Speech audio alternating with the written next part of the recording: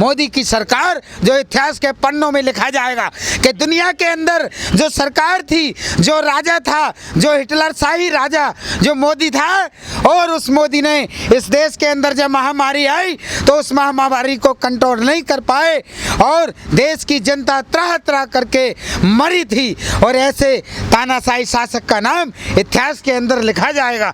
तो मोदी जी यही चाहते हैं कि मेरा नाम इतिहास के अंदर लिखा जाए।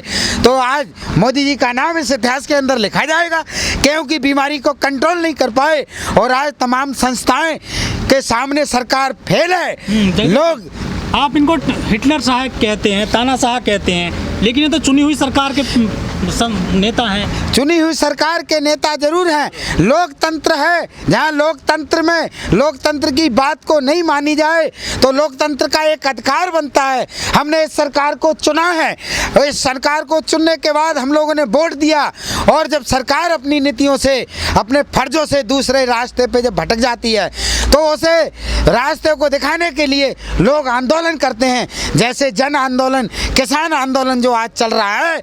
लेकिन हमारा भी एक हक बनता है और हम उस हक की लड़ाई लड़ रहे हैं, लेकिन सरकार इस हक के लिए, इन किसानों की लड़ाई के लिए नहीं समझ पा रही। अगर नहीं समझेगी तो सरकार को इसका खामियाजा भुगतना पड़ेगा और बहुत ही नुकसान इस सरकार का होगा।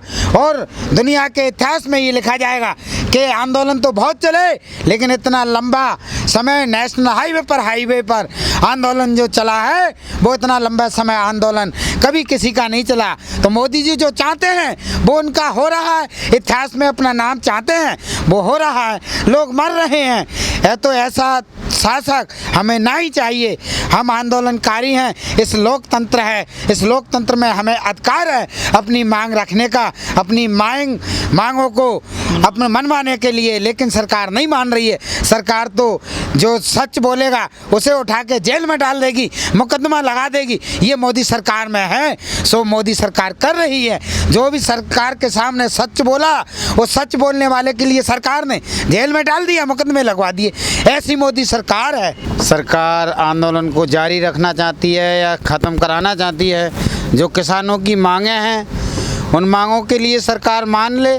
जो काले कानून हैं, 3 काले कानून जो सरकार ने बनाए हैं, एमएसपी की गारंटी ले ले, तो ये आंदोलन तो जब सरकार चाहेगी तब ख़त्म हो जाएंगे। अगर सरकार नहीं चाहती है तो ये तो चलता रहेगा आंदोलन। इसका कोई समय नहीं है, कितने लंबे समय तक चलेगी।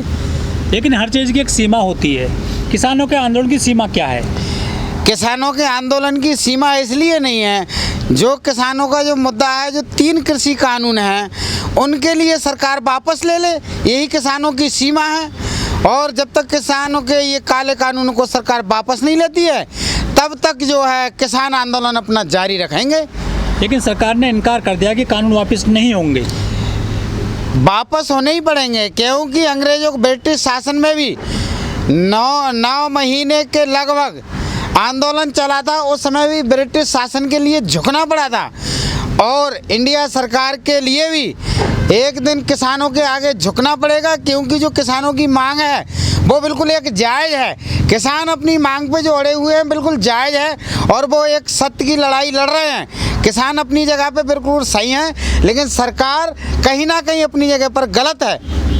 सरकार ने आपकी बात नहीं मानी है, नंबर 1। नंबर 2, करीब 300 किसानों की जान चली गई है, चाहे सुसाइड किया हो, चाहे उनकी जाड़े से, गर्मी से मृत्यु हुई हो, फांसी लगाई है बहुत सारे किसानों ने। सरकार पे कोई असर नहीं पड़ रहा आपके आंदोलन का? ये तो जिम्मेवारी सरकार की बनती है ना।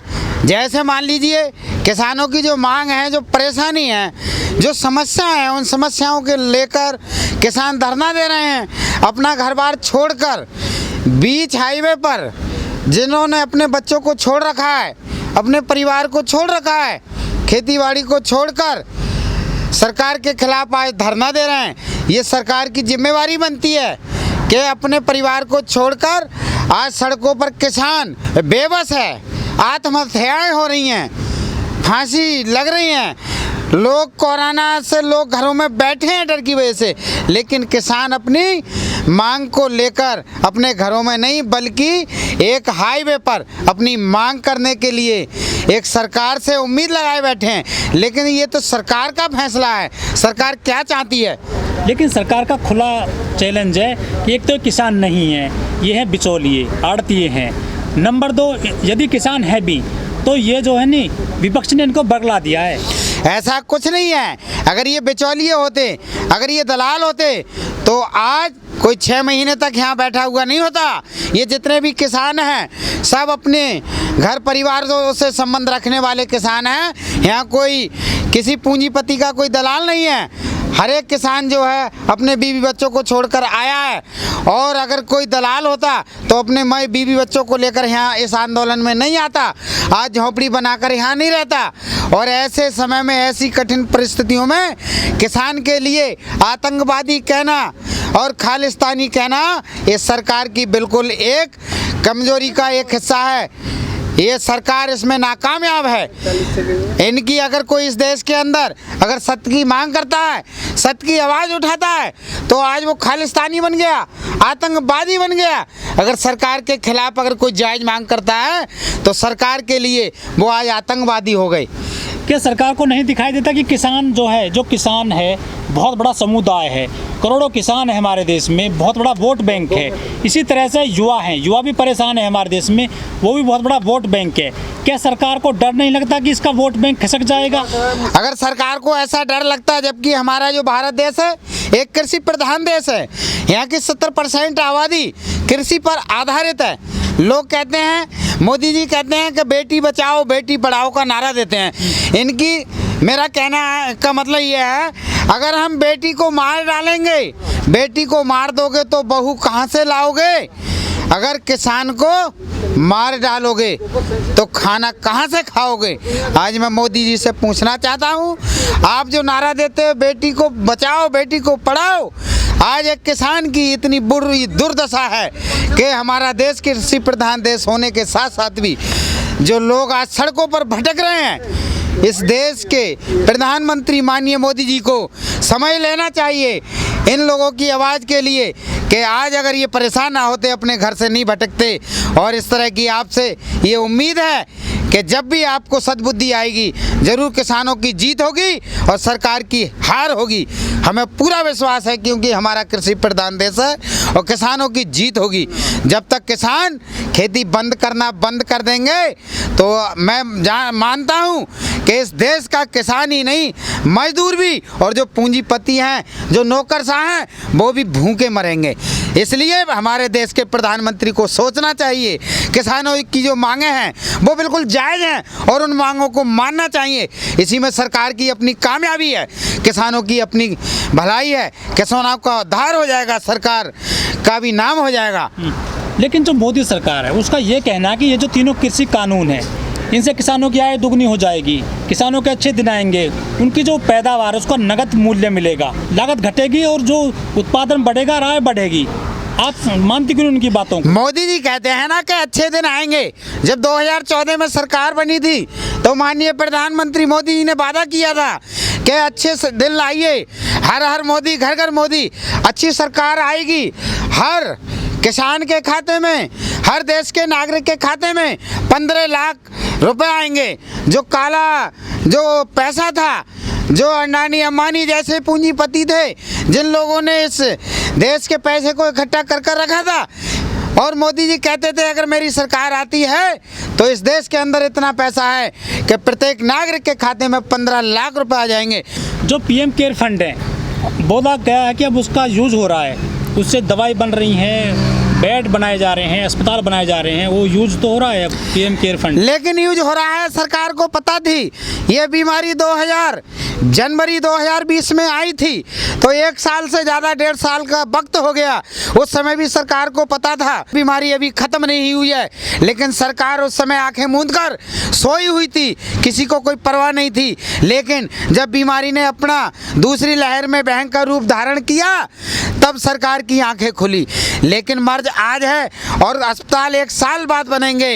इनकी नहीं मर्ज रहेगा और नहीं मरीज। तो ऐसे उस देश का, उस पैसे का क्या होगा जिस पैसे के लिए, जो पैसा उस जनता के ऊपर हम नहीं लगा सकते। ऐसे हमारे माननीय प्रधानमंत्री जी का क्या होगा जिस देश की सत्ता पर शासन कर रहे हैं मोदी जी, वो शासन क्या होगा जब इस देश के अंदर शासन करने वाले जो नागरिक ही नहीं बचेंगे, तो ऐसी सत्ता, ऐसे शासन का क्या होगा। इसलिए मोदी जी को समय रहते हुए चेत जाना चाहिए, तभी हमारे देश का उद्धार हो सकता है। नहीं तो जो इस देश के जो परिणाम है, दूसरी जो लहर चल रही है, अगर हमारे देश की सरकार अगर नहीं चेतती है तो इससे बहुत ज़्यादा भयंकर परिणाम होंगे। जो तीसरी लहर है, बताया गया कि वो बच्चों पर ज़्यादा असर डालेगी, इसमें कोई शक नहीं है। ये हमारे देश की सरकार को पता है, फिर भी हमारी सरकार आंखें मूंदे हुए सो रही है, हाथ नीचे को डाले कर बैठी हुई है, आराम की नींद सो रही है। और जबकि हमारे देश की सरकार को ये भी पता है, हर 100 साल के बाद एक देश में त्रासदी आती है। सन 1720 के अंदर भी एक त्रासदी आई थी, 1820 के अंदर भी आई थी, 1920 के अंदर भी महामारी आई थी जिसे चेचक की बीमारी कहते हैं। और सभी सरकारों ने इसके लिए समय रहते हुए काबू किया, और लेकिन काबू नहीं कर पाई, तो देश के अंदर वो एक ऐसी सरकार है